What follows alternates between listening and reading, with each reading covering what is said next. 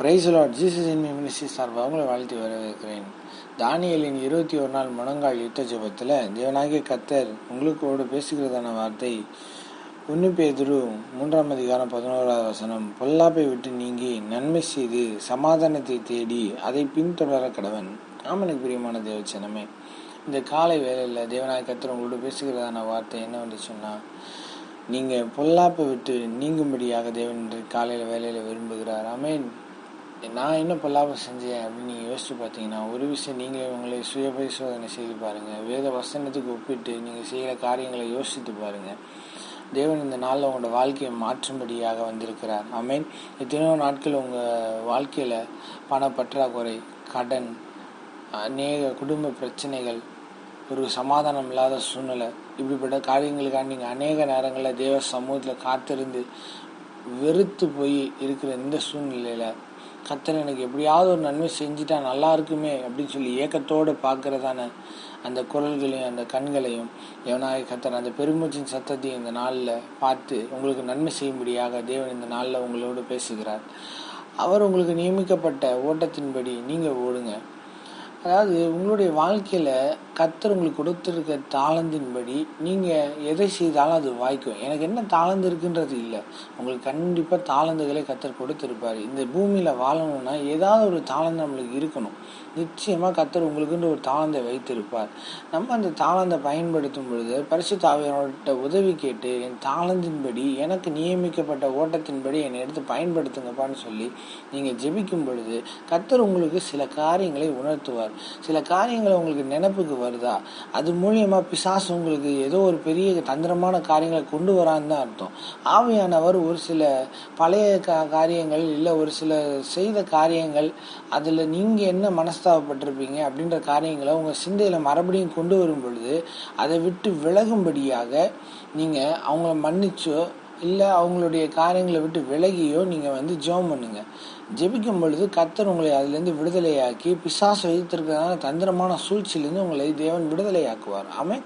கர்த்தர் இந்த நாளில் உங்களுக்கு நன்மை செய்யும்படியாக அவர் வந்திருக்கிறார். உங்களுக்கு சமாதானத்தை கொடுக்கும்படியாக தேவன் வந்திருக்கிறார். உங்களை ஆசீர்வதித்து உங்கள் தொழில் ஸ்தலத்தில் உங்களை உயர்ந்த ஸ்தானங்களில் வைக்க போகிறார்.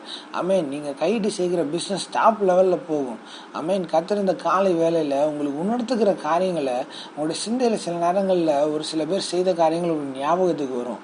அது ஏன் உங்களுக்கு ஞாபகத்துக்கு வருதுன்னு சொன்னால், பிசாசு அது பிதாவின் இடத்துல போய் முறையிடுறதுக்கு அதை எடுத்துகிட்டு போயிருக்கான்றதை தேவன் உங்களுக்கு உணர்த்துவார். அந்த காரியங்களை ஒன்று அவங்கள மன்னிக்கிறதா இருக்கலாம், இல்லை அவங்கள விட்டு விலகிறதா இருக்கலாம், இல்லை அவங்களுக்காண்டி செஞ்ச காரியங்களில் நம்ம மேலே தப்பு ஏதாவது இருந்திருக்கலாம். தேவ சமூகத்தில் மன்னிப்பு கேளுங்க. வாய்ப்பு கிடைச்சா அவங்ககிட்ட மன்னிப்பு கேட்டுட்டு அவங்கள விட்டு விலகிருங்க. கர்த்தர் உங்களுக்கு செய்கிற எல்லா நன்மைகளுக்காண்டியும் கர்த்தர் உங்களுக்கு எல்லா விஷயத்தையும் அவர் செய்து தருவார்.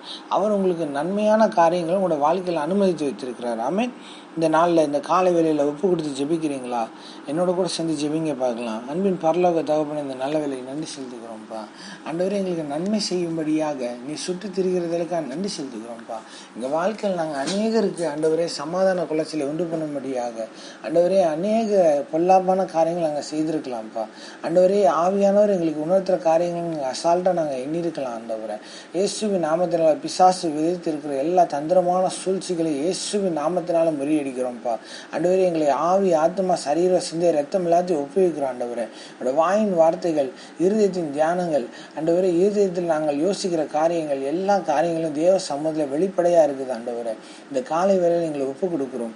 எங்களிடத்துல தவறு இருந்தால் தயவு கூர்ந்து எங்களை மன்னித்து ஈசோப்பினால் எங்களை சுத்திகரிக்க முடியாது நாங்கள் செபிக்கிறோம்ப்பா. ஆண்டவரே, யாரிடத்துலையா நாங்கள் மன்னிப்பு கேட்கணும்னு சொன்னால் ஆவியான அந்த கால நேர சூழ்நிலையை ஏற்படுத்தி கொடுங்கப்பா. மன்னிக்கிற ஒரு இருதயத்தை அவங்களுக்கு கொடுக்க முடியாது நாங்கள் செபிக்கிறோம். ஆண்டவரே, நாங்கள் யாருக்கிட்டையா மன்னிப்பு கேட்கணும்னா, இல்லை நாங்கள் யாரையாவது மன்னிக்கணும்னா, அப்படிப்பட்ட ஒரு மனப்பன்மையை எங்களுக்கு கொடுக்க முடியாது நாங்கள் செபிக்கிறோம். ஆண்டவரே, சமாதானத்தை தேடி அதை பின்தொடர கடவுள்னு சொல்லியிருக்கிறீங்கப்பா. ஆண்டவரே, சமாதானத்தை உண்டு பண்ணும் ஆக்கினை உங்கள் மேலே வந்தது. ஆண்டவரே, ஆவியானவரை நீர் எங்களுக்கு உணர்த்துகிற காரியங்களை நாங்கள் என்ன செய்ய வேண்டும்னு சொல்லி திட்டம் தெளிவாக எங்களோட பேசும்படியாக நாங்கள் செபிக்கிறோம்ப்பா. எங்கள் வாழ்க்கையில் நாங்கள் நன்மையை சொந்தெடுத்துக் கொள்ளத்தக்கதாய் ஆண்டவரே நீர் எங்களுக்கு பாராட்டுகிற பெரிதான கிருபைகளுக்காக நன்றி செலுத்துகிறோம் ஆண்டவரே. இந்த விடுகிற பொழுது எங்களுக்கு ஆண்டவரே ஆசீர்வதிக்கப்பட்ட பொழுதாக இருக்கிறக்காண்டி ஸ்தோத்திரம் ஆண்டவரே. இந்த நாள் முடிகிறதுக்குள்ள கர்த்தர் எங்களிடத்துல யாரெல்லாம் இங்கே கூட சேர்க்கணுமோ அவங்களாம் எங்களை கூட சேருங்க ஆண்டவரே. யாரெல்லாம் எங்களை விட்டு விளக்கணுமோ இந்த ராத்திரி பொழுதுக்குள்ள அவங்கள விட்டு விலகுங்க ஆண்டவரே. இது நிமித்தம் எங்களுடைய இருதயம் கலங்காதபடிக்கு தேவ ஆவியானவர் எங்களுக்கு சமாதானத்தை கொடுக்க முடியாது நாங்கள் செபிக்கிறோம். கர்த்தர் பெரிய காரியங்களை செய்யுங்க. இயேசுவின் நாமத்தில் நல்ல பிதாவே, ஆமென்.